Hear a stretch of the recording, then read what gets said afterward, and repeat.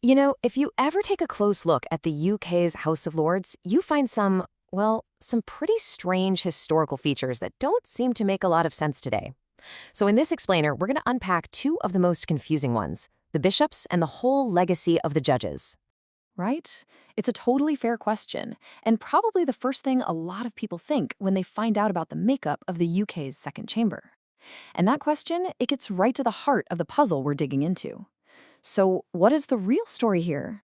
Well, the simplest answer is this. They're not there because of some grand modern design. They're basically historical leftovers, echoes of a much older system that just never got fully tidied up. Let's break down exactly how each of these pieces got stuck in the machine. Okay, first up, the case of the bishops.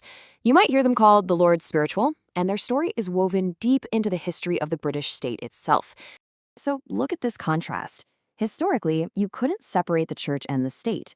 Bishops weren't just religious leaders. They were powerful administrators, they were educators, they were part of the governing class from day one. So of course they were in parliament. But fast forward to today, and their supposed role is totally different. Now it's about providing a moral perspective, a voice that isn't tied to the daily grind of party politics, speaking up on things like social responsibility. And, to be fair, a lot of them do try to do exactly that. But this whole setup has a really obvious, kind of awkward complication in the modern world, doesn't it? And here's the nub of it. These seats, they guaranteed for one single church, the Church of England. And this is in a country that is now incredibly diverse when it comes to religion, a society that's becoming more and more secular, and a nation that is legally committed to freedom of belief for everyone. It just raises this huge, legitimate question about fairness and who really gets represented. All right, let's pivot to the second piece of our puzzle, the judges, or as they used to be known, the law lords. Now, they ended up in the House of Lords for a completely different but just as important reason. For a very long time, the House of Lords wasn't just a legislative chamber. It was also the UK's highest court of appeal. These top judges, the law lords, were there to interpret the law, not to get dragged into political fights. But, the idea that lawmakers and top judges should be separate, the separation of powers, that idea got really powerful. So eventually that judicial role was deliberately peeled away and handed over to a brand new, completely separate UK Supreme Court. And yet, the idea that the Lords is the place for serious legal expertise and constitutional caution, that feeling has stuck around. So what we have here are two totally different groups with two very different histories. But if you look a little closer, you start to see they were both being used, kind of by accident, to fill the very same gap in the political system. And that gap is what you could call non-political authority. Think of it like this. It's a source of ethical guidance, long-term thinking, and a check on political impulses. All the stuff that's really hard to find in the day-to-day, rough-and-tumble world of party politics. That's the role both the bishops and the judges ended up playing. And for a good long while, this improvised system, it kind of worked. Back when society was less diverse, when there was more of a general consensus on big moral questions, using these figures as stand-ins for ethical judgment didn't seem all that strange. But that was then, and this is now. Today, that old inherited solution is under some serious strain.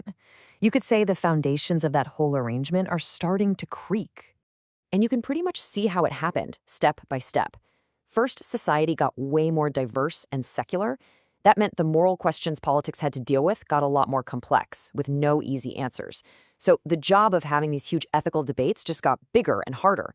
And in that new reality, relying on historical leftovers like the bishops, well, it starts to look less like a solution and more like a desperate improvisation. And let's be really clear here. This isn't about blaming individuals. The problem isn't that the bishops or the legal experts are failing at their jobs. The problem is systemic. We are asking this old, inherited structure to do a job that has just grown way too large and complex for it to handle on its own. And all of this leads us to this really quiet but profound contradiction that sits right at the hearts of the modern House of Lords. Just think about this for a second. On the one hand, we demand that the Lords provides ethical judgment. We want it to be a place for constitutional caution, a place where uncomfortable truths can be said out loud. But then, on the other hand, we deny it any real power, and most importantly, we deny it a democratic mandate, precisely because it's unelected. We're asking it to carry this enormous moral weight, while at the same time insisting it has no legitimate authority to do so. So this is the real takeaway. When we argue about bishops and the lords, we think we're arguing about religion.